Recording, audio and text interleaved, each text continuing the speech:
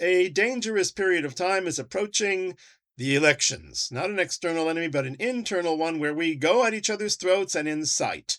This is a dangerous time. We must not tear ourselves apart because unity is a very important thing. But this relates to the story in the Parsha in a way that may be surprising, with a very novel understanding of exactly what the underneath of this tragic story of the spies was. When Moses sends 12 spies to the land of Israel, I should call them scouts, and they come back and 10 of them give a bad report, and only Joshua and Caleb of the tribe of Judah give a good report, and the people go to pieces, and they are punished by being doomed to wander in the wilderness for 40 years. That's a very strict punishment. Why so strict?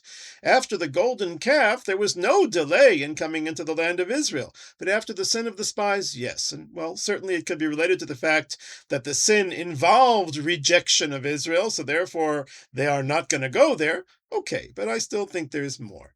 Now, what's interesting also is that the spies actually didn't say anything bad about the land of Israel. The Torah says they rejected and despised the land of Israel. But if you look at what they actually said, they said the land is a very nice place. It's flowing with milk and honey. The fruits are beautiful. It's the people that are the problem. They are giants. They're going to eat us for lunch. So that was their main complaint. So why does the Torah accuse them of having been despising the land of Israel when it really was the people of Israel? There are a lot of things to unpack, and I will start with the most famous quote from the most famous speech in American history.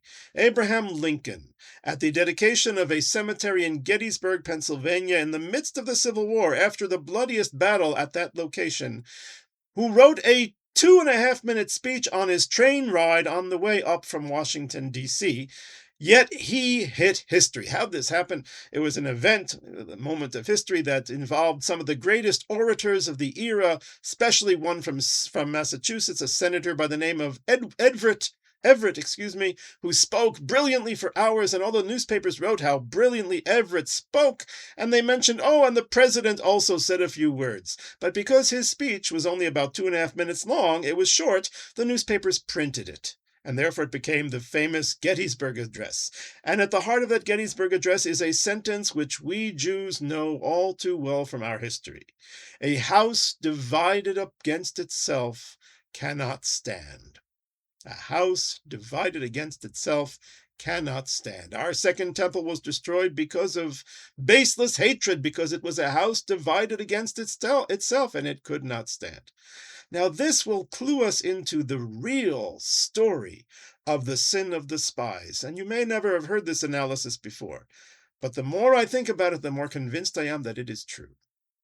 We will notice, somebody asked me after davening in the shul on Thursday morning, how come when the Torah lists the spies or the scouts that are going, they all have the same musical note for the Torah reading, what's called a zakef katan, with the exception of 2 of them. One of them is from the tribe of Ephraim, Hoshea bin Nun, which is just a mercha tipcha.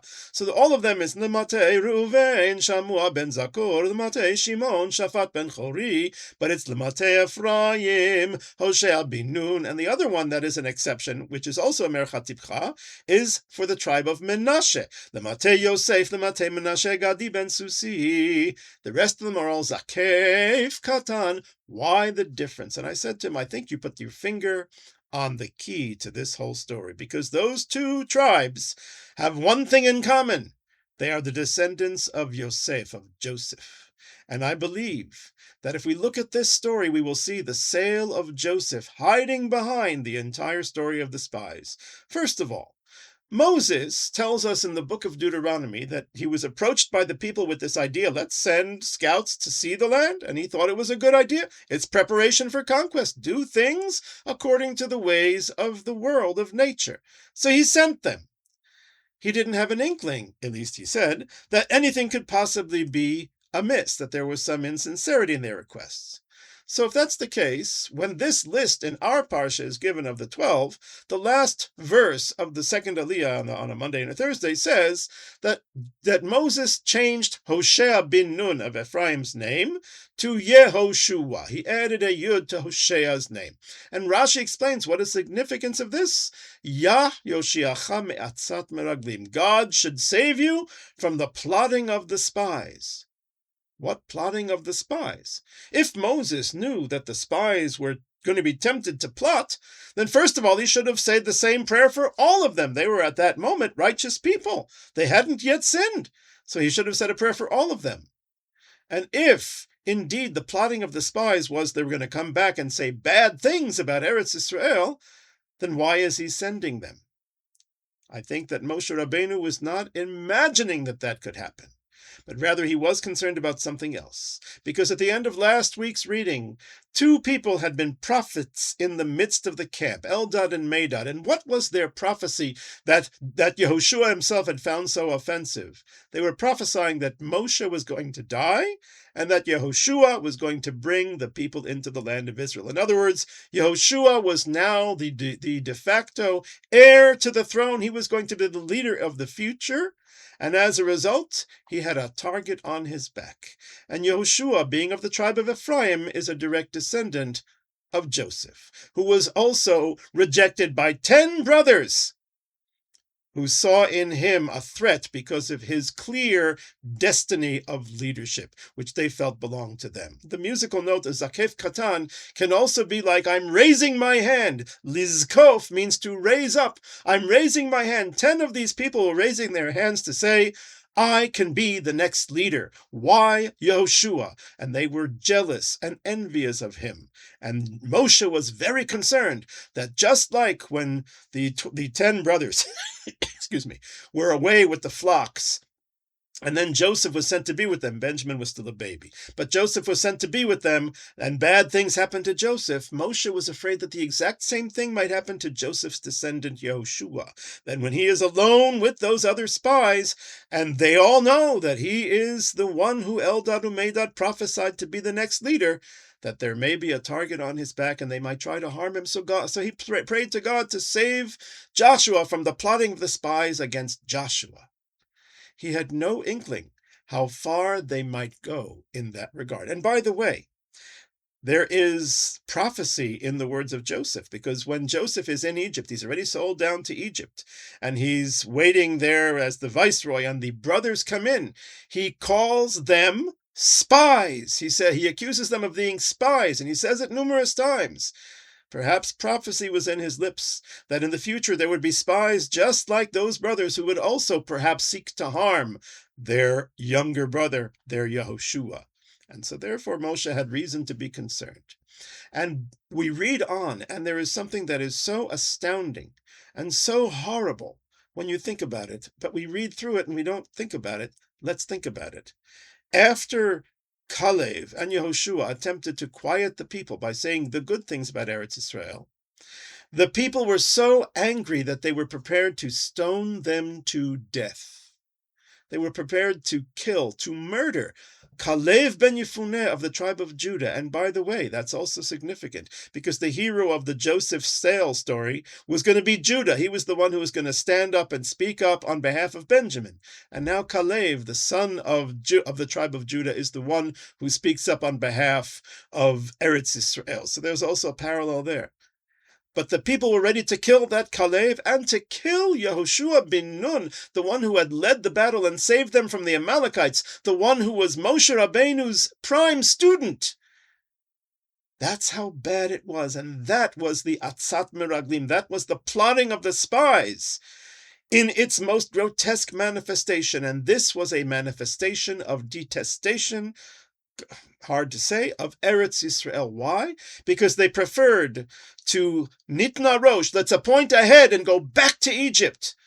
Because of their petty envy, they were prepared to destroy the whole future of the Jewish people and reject Eretz Israel so as not to see their rival achieve his greatness. If this is the case, this is very, very severe, and this is despising the land of Israel because the land of Israel demands something else. we have the image of the spies, that they came back, and the Torah says they took fruits, and they took a batch of grapes, and they carried it on a pole with two people. Now, this was to show that how large the grapes were, for sure. That the land of Israel is a land shemegadelet baneha, that causes her children to grow, and the fruits are large because it is the land of growth and plenty. But it requires a pole of two people.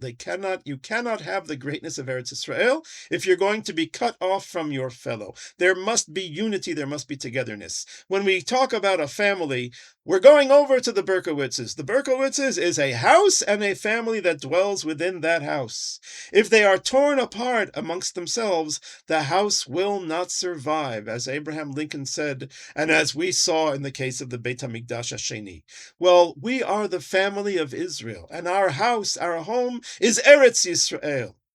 And we must be carrying those grapes, carrying those blessings together, because if not, we are a house divided against itself, and this house cannot stand.